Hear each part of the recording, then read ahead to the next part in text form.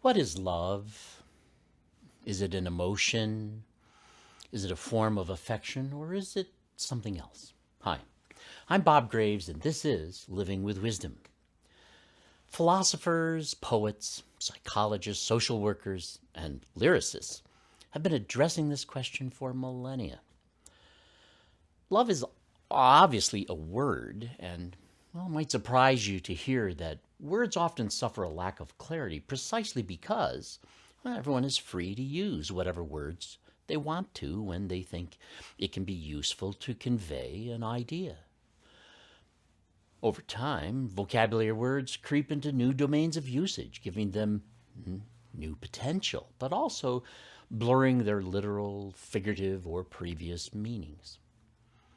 We love our children, our country, and we love chocolate ice cream. Most of the time, we use the word love to describe some sort of strong attachment. It is arguably difficult, if not impossible, to require or forbid love. Now, if you cannot stand the taste of broccoli, you might be able to say you love what it can do for your health, but you cannot honestly say you love how it tastes. So when we say we love something or someone, we are saying something about ourselves as well as something about the person or the thing we love.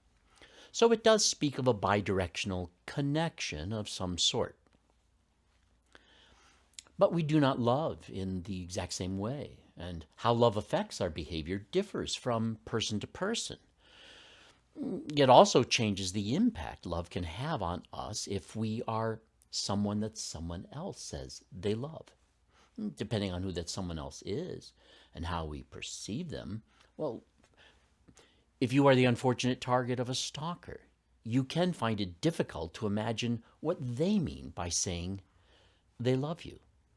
And it can also be misleading or uncertain what it means to be loved by someone with whom you have a mutual need meeting relationship. After all, many marriages that begin with great expectations end in divorce. So I'm going to accept the fact that the word love has many uses, and we will continue to use this word in various ways. Some of it splendid, some of it downright unhealthy, and all sorts of things somewhere in between. That is okay. However, there is a kind of love that I'm going to narrowly focus upon in this discussion that I will call vital love.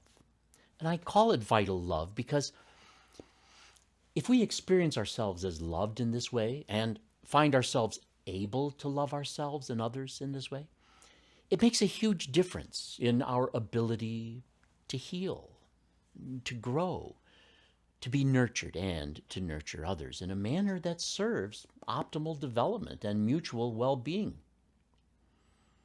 So, exactly what is vital love? And, well, for the sake of brevity, for the remainder of this discussion, I might sometimes call it vital love, but at other times, I will simply call it love.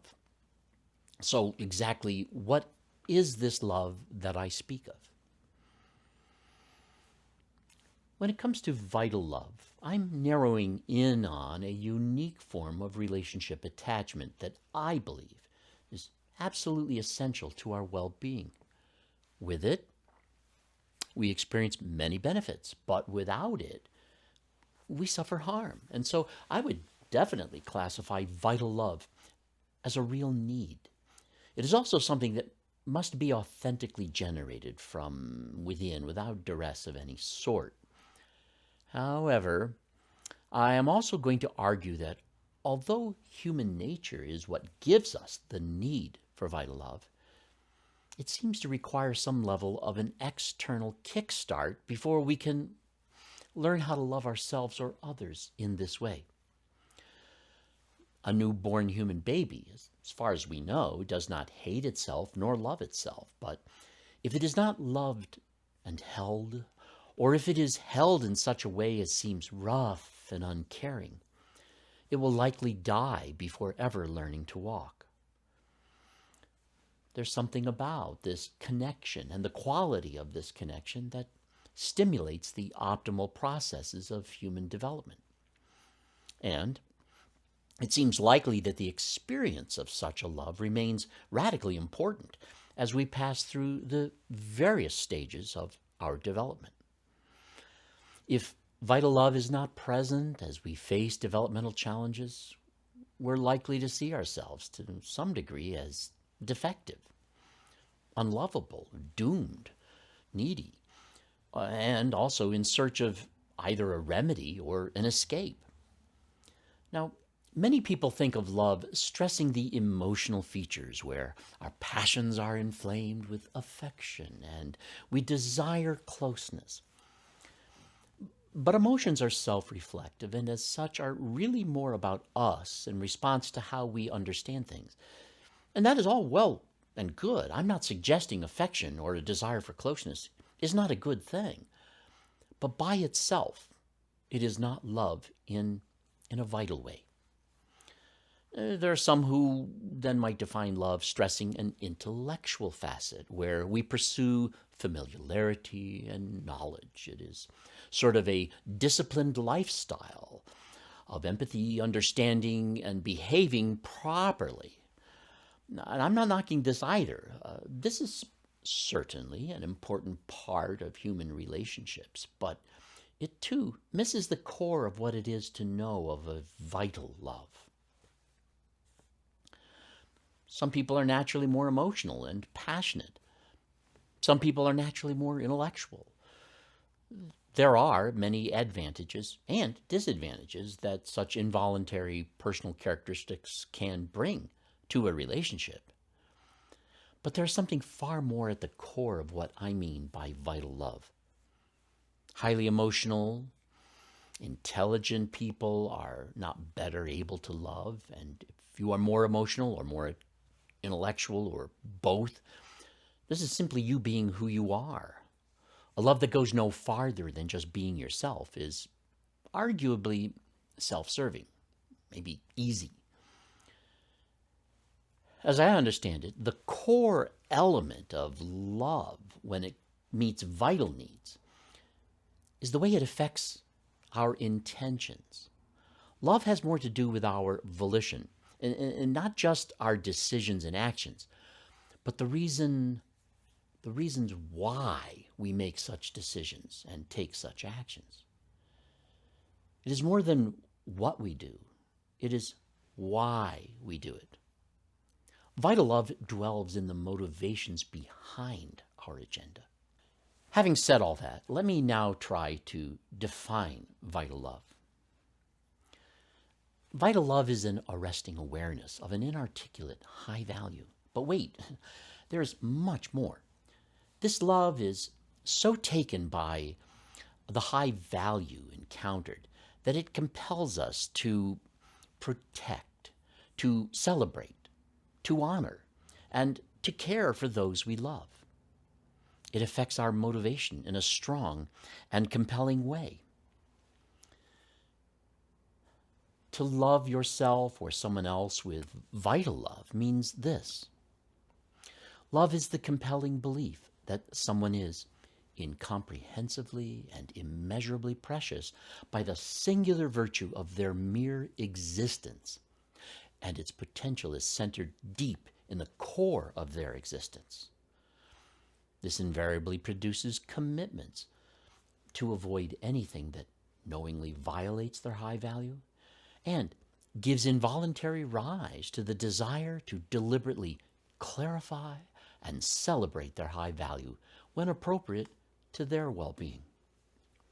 So, vital love begins with an arresting, startling eureka discovery that makes us aware of the indescribable high value of simply being, and thereafter takes charge of our motivated responses and behaviors in relation to the one loved.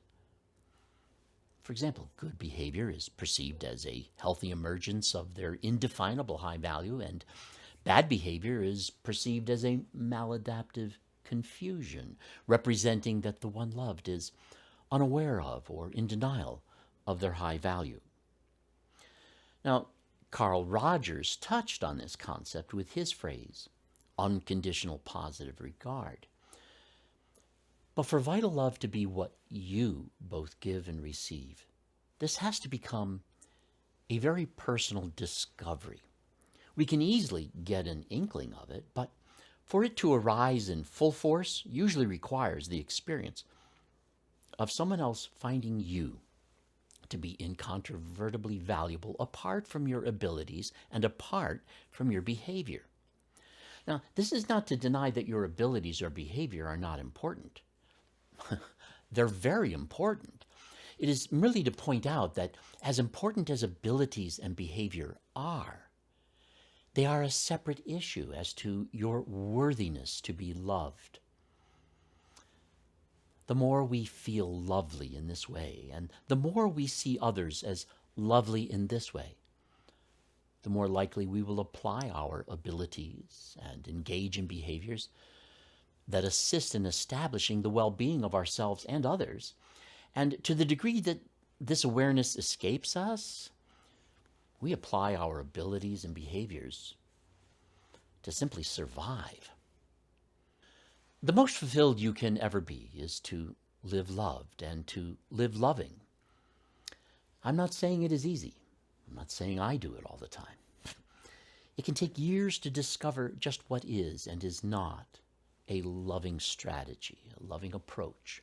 But once we get a vision of vital love, it becomes our quest to discover just where this will take us and what difference it might make in the world. I'm Bob Greaves. Thanks for listening.